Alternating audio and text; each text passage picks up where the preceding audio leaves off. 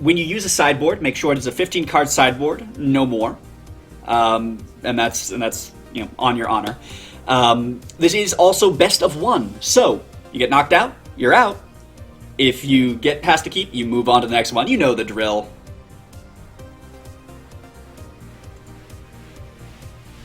Good luck, have fun, and I will see you on the other side. Keep 1.16, Steel Mill, aka down the Rabbiton hole. Not the first time on the rodeo. I know. I like doing it even when the winner is not a new person. I like giving the details so that everybody knows the drill. Another cool feature of the 4Keep competition is that they are always in the same order. You can see I have them numbered, 1.16, and so on and so forth. And so these 3 keeps are always in the same order. They are always the same keeps. So if you watch and learn how the keeps are played, you can make some very careful decisions about how you want to sideboard and how you want to go about beating this puzzle.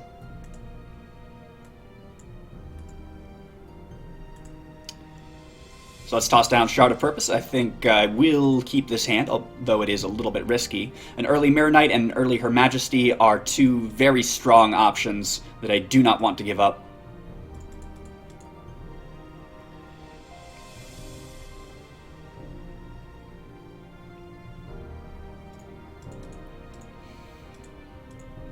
Our opponent, Esotericist, is playing Wyatt the Sapper and tossing down a Ruby Shard. This is actually quite significant. It gives me a pretty clear indication what thresholds we will be facing. Ruby and Sapphire. Most likely.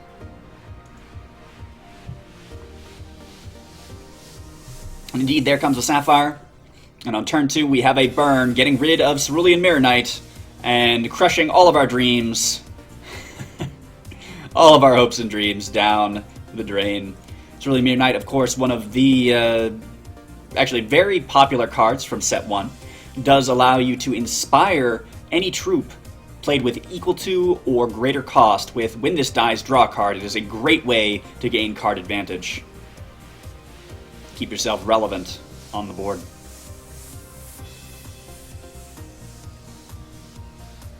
So there goes the Crackling Bolt. Her Majesty Queen Grace down for the count. Unfortunately for Esotericist, we do have a second one. But no threats, not yet, so might as well play her.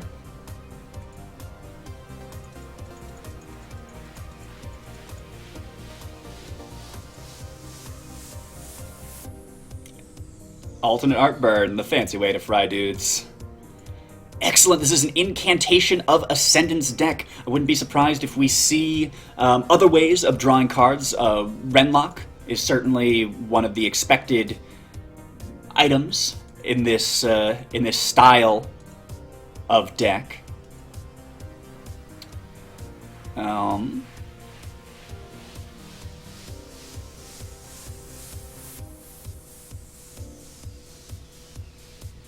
Buccaneer doesn't do me any good. Town Crier doesn't do me much good.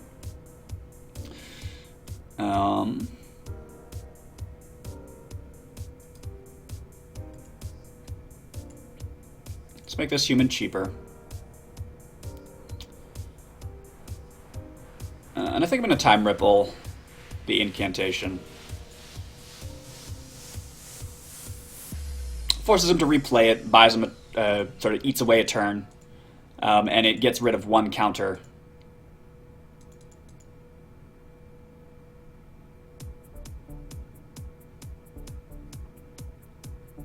Now, it's actually a decent amount of stall. Plus, if he does not get a current resource, he cannot replay it, so it actually buys us 2 turns.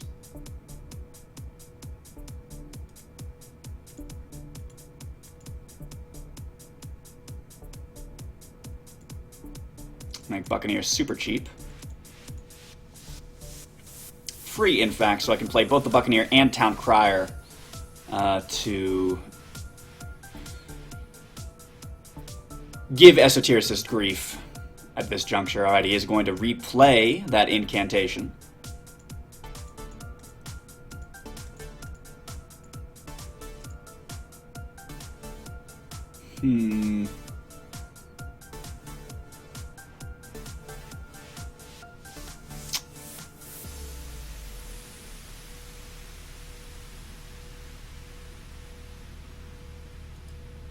Alright, I need to fish my way out of this current situation, so I am going to play a Buccaneer, even if there is no target. Decline, and then I'll also do a Town Crier.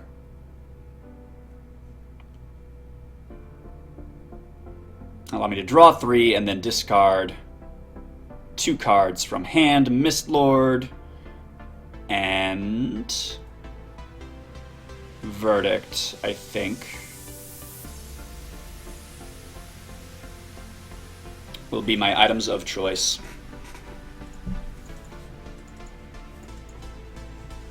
So now we have an opportunity to play a Lord Benjamin.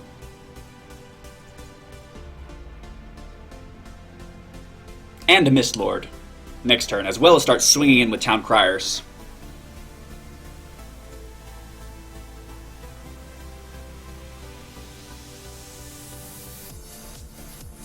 Esotericist is going to be using Arcane Focus to thin his deck, look for something useful. Looks at the top 2 cards, and you get to take one of them. Heatwave, pretty devastating, deals 2 damage to each troop. We are going to lose both a Buccaneer and a Town Crier. Now, thankfully, Her Majesty Queen Grace has 3 defense and will not fall as well, but that's pretty brutal.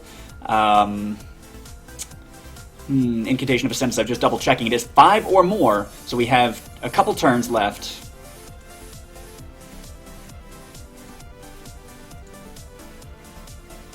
That's still a pretty big deal. Let us reduce the cost of Lord Benjamin. I think mostly just because. And then I will also play Mistlord.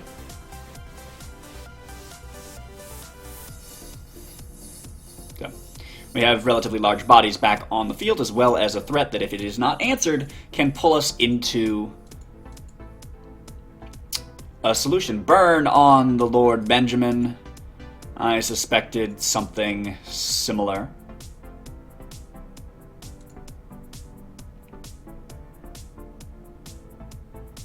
Now, keeping that hand size high makes sense. It is a Lightning Armada 14-14.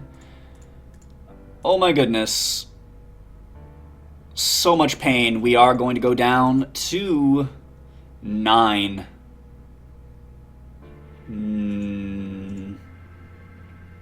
60 Apes, hello! Welcome! Tickets purchased and plans in place for attending the IQ Finals. Isn't it so amazing? I am also incredibly excited there's 60 Apes now attending. Well, we'll see.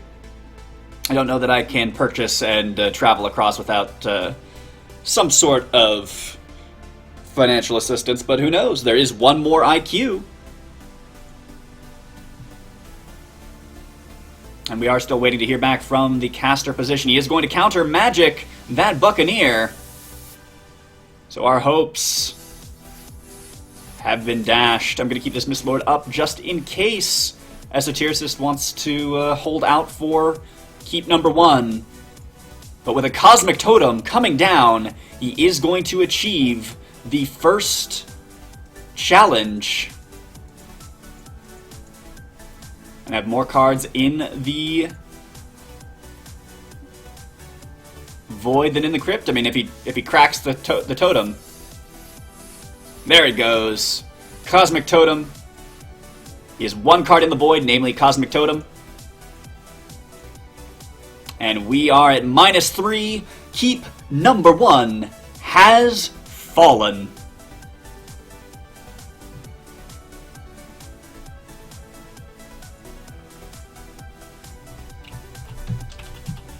Boom 1.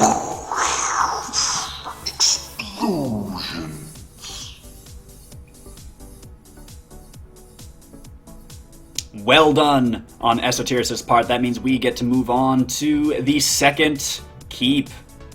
Keep 2.6 or 2.16. There we go. Good doggy.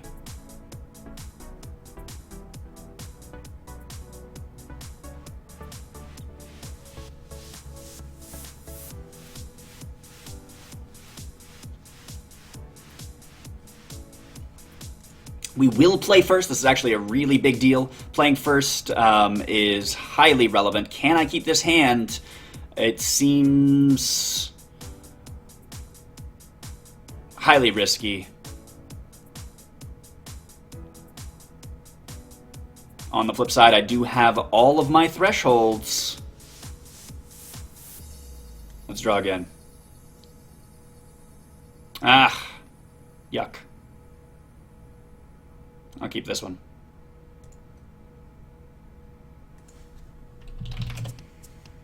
So, Esotericist has a pre-sideboarded deck built specifically for the keeps.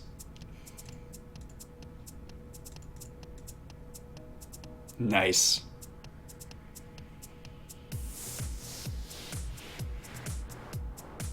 Well, turn 2 is going to be Sylvan Performer. Likely will be burned, and then I will cry.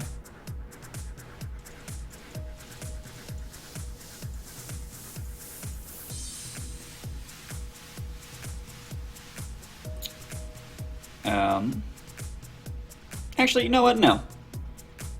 We're going to... there's no reason to play the Sylvan Performer just to have it die right away. Let's build up our resource pool. Oops, nope, that's not what I want. Go Ruby. So that if we get a 5-drop, if we get a large drop, we can gain the draw that I need.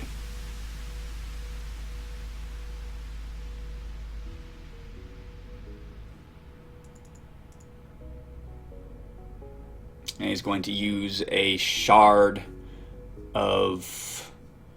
Is it Cunning? I think it might be Cunning.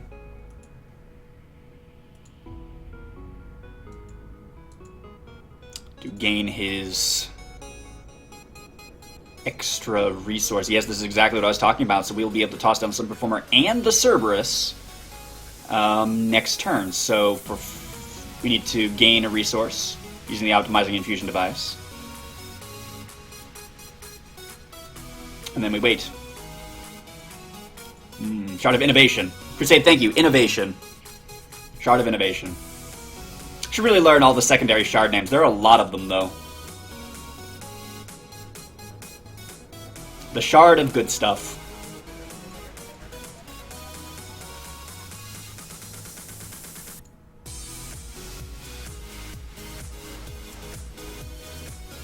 Alright, the Wild Shard. We'll be able to use our champion power. And that, with no response, Sylvan Performer and Cerberus. Please no counter. Yep, there's the counter. Well, at the very least, we got a Soul of Battle out of it, so that kind of makes up for it. I guess. Counter magic incoming. Yeah. No, it was either that or hold on to it forever. Archmage Renlock. Why do you have to be such a jerk? I'm going to swing in with the Sylvan Performer. I think.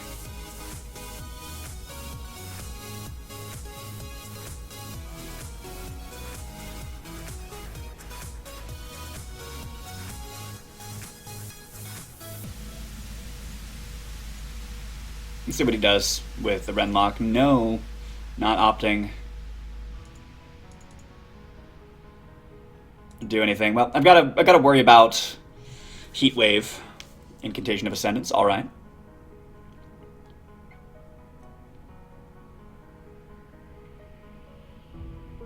If he has Burn, using it on the Stink Troll could be awful. Could also use it on Sylvan Performer. Yes, Stink Troll. Yes, we might as well give him Crush. As much good as that'll do me. At this point.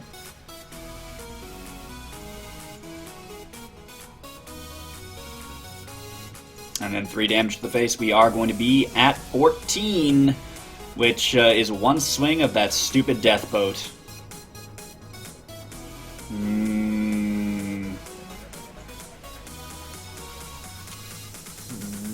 Well, swinging in with the Sylvan Performer doesn't seem that wise.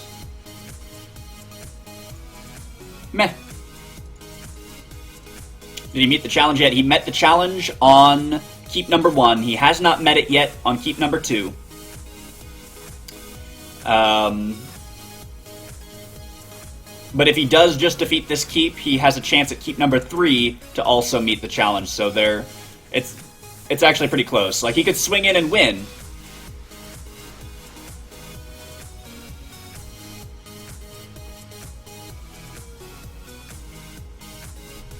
Cosmic Totem.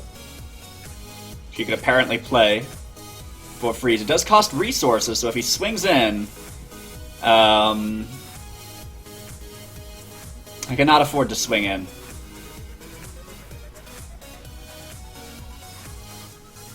Not right now.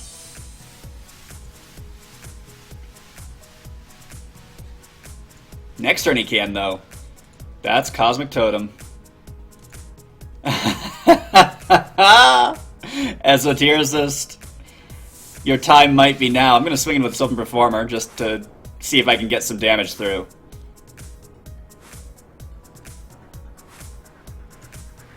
Yeah, he knows it's not relevant. He knows.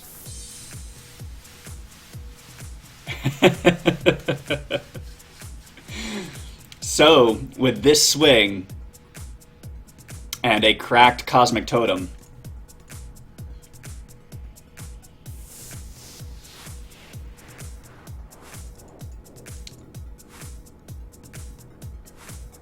Esotericist, this is going to meet our challenge and just need one more defeat. I guess victory against the keeps to take home the grand prize.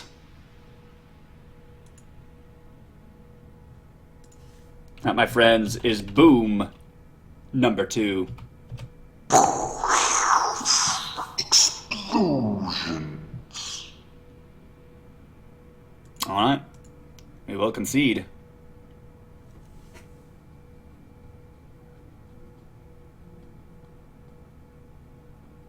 So now we need just Esotericist coming in for the third and final keep. Now comes the hard part.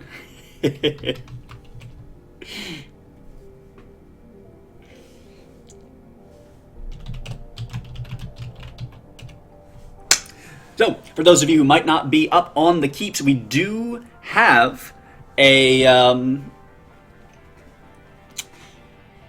little bit of extra fun.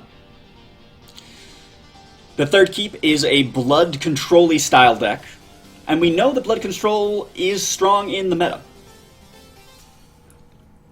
Playing a incantation, a draw death deck, what does he need to overcome our removal? Isn't the third keep just straight up meta mono blood? It's got a little bit of differences there, Crusade, but it's not. I mean, it's mostly meta. The meta's shifted some, sort of old-ish meta, and with some more fun things main board to keep things interesting.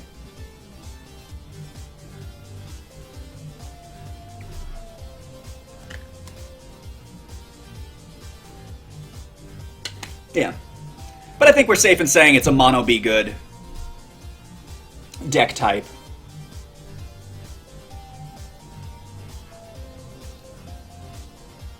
Just on the edge of meta.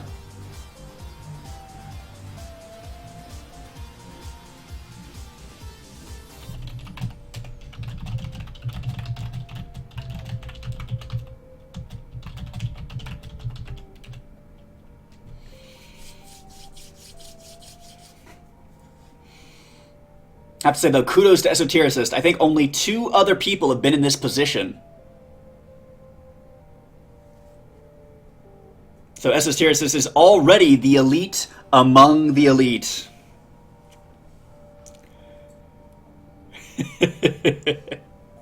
Needed insurance in case fun decks couldn't win. When in doubt, go meta. Well, no, so when we designed the keeps, and I understand it's a joke, Crusade, but I think it's a relevant discussion to have while we wait for Esotericist.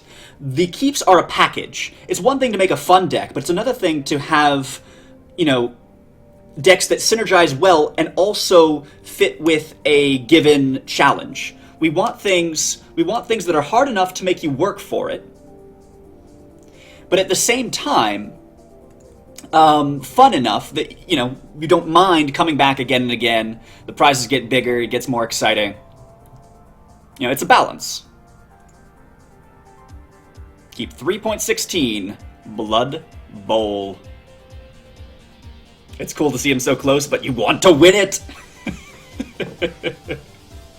Well, of course you do.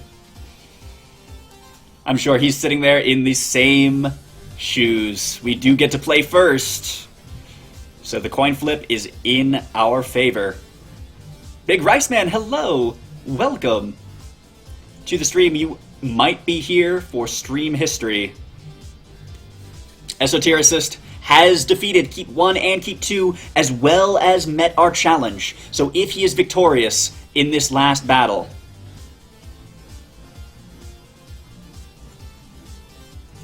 if he manages to be victorious, then he will win everything currently held within the Keeps. No turn 3 Fenteo. I'm actually not sure if we have Fenteo in the deck. It's been so long since we've seen Keep 3. I'm going to use Inquisition. Let's find out what he is hiding. Counters and nasties, oh my. So here is an Incubation Webs, as well as a Counter Magic and an Augur. So we do get to go first. That's actually really relevant for the matchup. Incubation Webs, be gone. And a Vampire Princess will come down on turn 3. And hopefully cause Esotericist here a little bit of grief. That is mean. It's playing out the exact same as last time. No.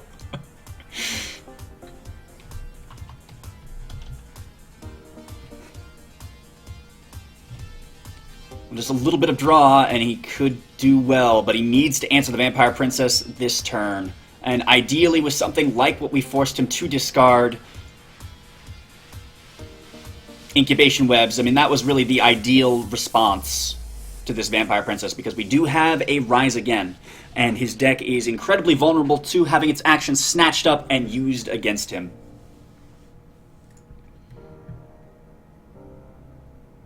Counter Magic is, relevant, and yet, at the same time, not that difficult. Swinging with the Vampire Princess to steal Counter Magic is high on my list of priorities, so let's go ahead and do that. Many cards in hand, one of them is the answer that I seek. Ruby Shard, no, but I will toss down Subtle Striker. If it decides to counter the Subtle Striker, so be it. I'm not particularly worried about that state of affairs. Yes, Counter Magic on the Subtle Striker.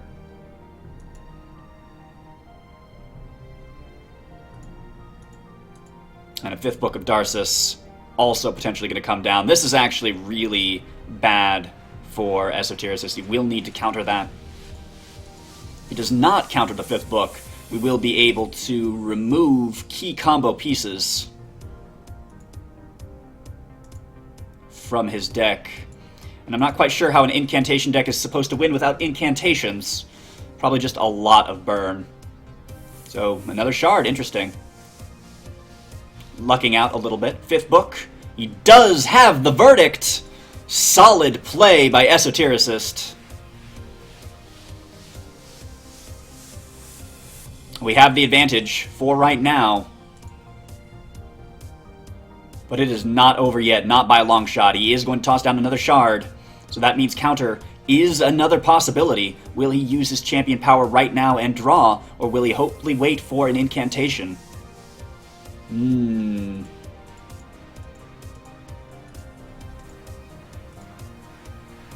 That is the question. I'm going to swing in with the Vampire Princess.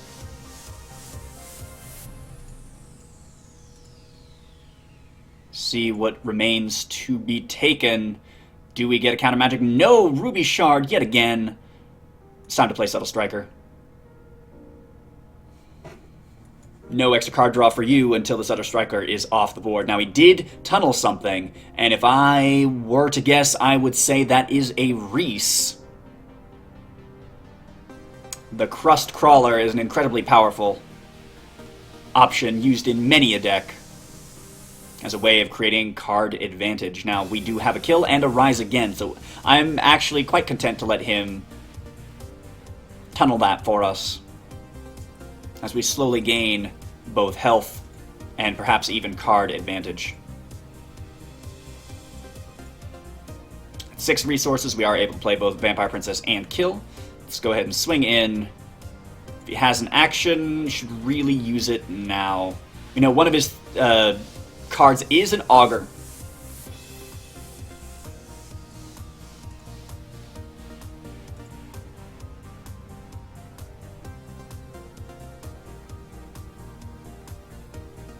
It is interesting that he has not played the Augur yet. Makes me wonder a little bit what he is holding it on for.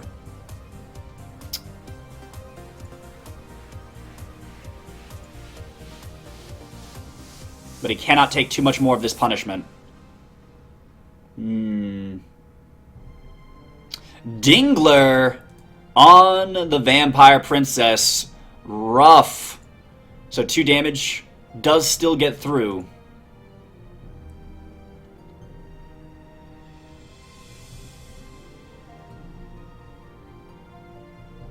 No, we have another one.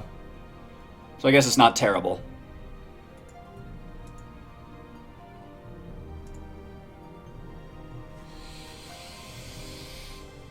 But, you know, if I were Esotericist, I would play the Augur at this point. Yes.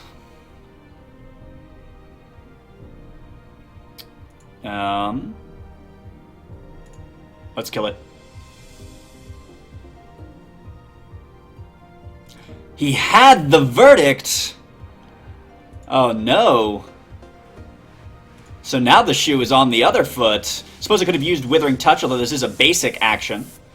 So hoping to have some resources open to steal it, but that does not look like it is going to be. We are at 27. We have a Rise Again and a Withering Touch. My opponent has 0 cards in hand. And we will need some removal to deal with this Reese, the Crust Crawler. Now he gets both. That he does.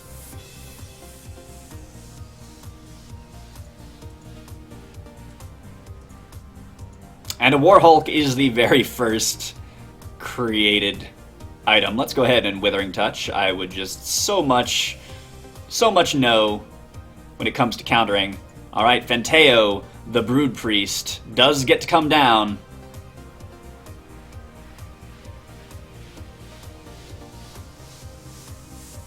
Does he have a counter? He has a counter on the top of his deck! Blown out! So how many counters has he used at this point in time? We have 2 Verdict of the Ancient Kings and 2 Counter Magics. There are only a few that could possibly be left.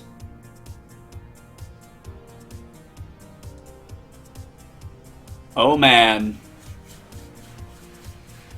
The Augur is doing work. Crackling Bolt coming down to kill the Vampire Princess. I need Extinction.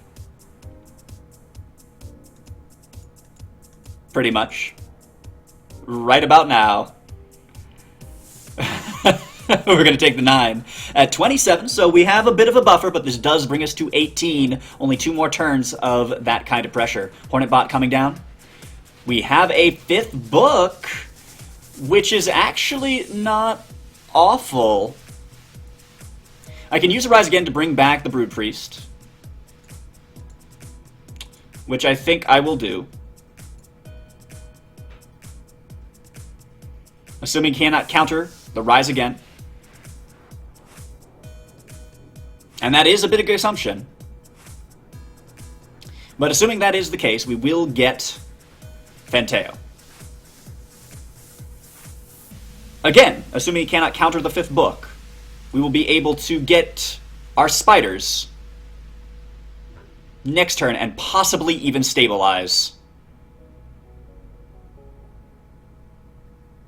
Incantation of Ascendance. So now we just have to hope he cannot proc the incantation this turn. Now he's drawing 2 cards, make that 3. If he has another Oracle Song, this will be game. No, wait, but he just played the incantation, so it cannot swing in this turn. Fair point. I am going to absorb some of this damage, I think.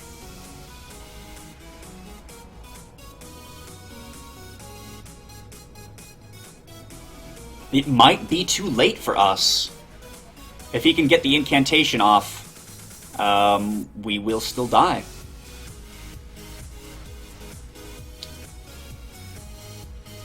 So first things first, let's play the 5th book. If he can counter it, again, Dreams Being Crushed. Or perhaps Born for Esotericist. Yes, he has the counter magic! And the card draw. We will use Fenteo, because, oh my goodness, we need the Fenteo. Blood Shard, and let's draw. We need Extinction. Anything short of Extinction at this juncture will not do it. No, we get a Blood Shard. Esotericist is going to be our latest 4Keeps champion. Tarantulas! Keeping us alive? Perhaps?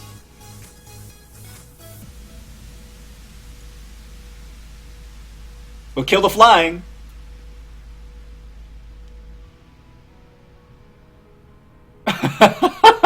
Okay, alright, we're not out of the running. Or are we? We have 6 health.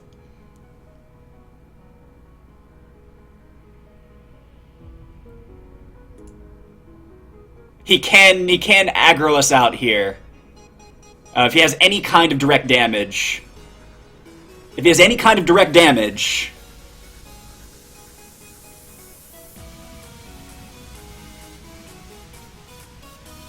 we may not make it. Clinging on to dear life. 10 resources and 7 cards in hand. Burn, Bolt. I'm going to be forced to block the Warhulk, and I will likely be forced to block the Reese if he swings in with it. He likely won't swing in, which means we're taking 2 from the Hornet Bot.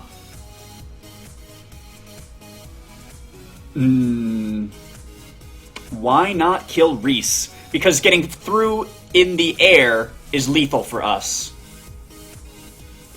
So killing the Reese earlier, while I would have loved to, wouldn't have been enough. He has the incubation webs, he does draw a card, but it is not our 3rd Tarantula, which means no matter what we do, it is going to be game. Murder in hand? No.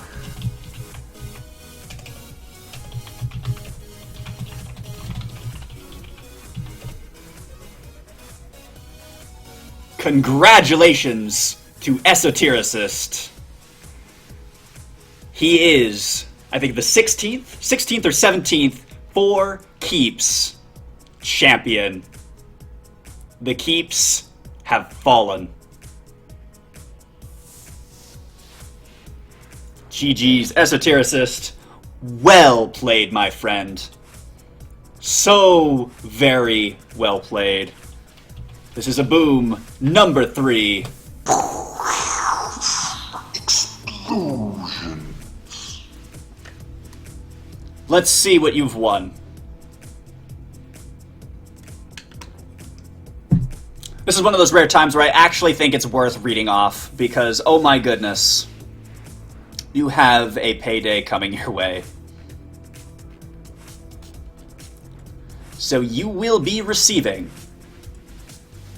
1 Prodigy of Voloslav, 3 Yanceys, 3 alternate art Bright Moon Braves, 2 Balthazars, a draft pack, so that would be 3 booster packs and 100 platinum, a Blam Sack, 3 alternate art Grim Harvesters, an alternate art Brood Baron. You are going to be receiving 3 Mist Lords, 4 4Keeps, 2 Hound Masters of Artivus, a Grant's Gift, a Set 3 booster, 1 Bucktooth Roshi, 1 Baby Yeti, 1 Deep Gaze Champion, 2 Purges, 4 Leeching Burrowers, 2 Disciples of Yazakon, a Cerberus, a Golden Avenger, Bastard Spawn, Unity Generator, Alternate Art, Jovial Pipit, a Charge Colossus, 3 Howling Plains Bluegrass, 1 Quash Ridge Raider, 1 Eternal Guardian, 2 Noxious Glories, an Exarch of the Egg, an alternate art Periwinkle, Kickstarter exclusive, 4 alternate art Ethereal Callers, 1 Valiant Escort, 1 Blood Pit Reaver, 2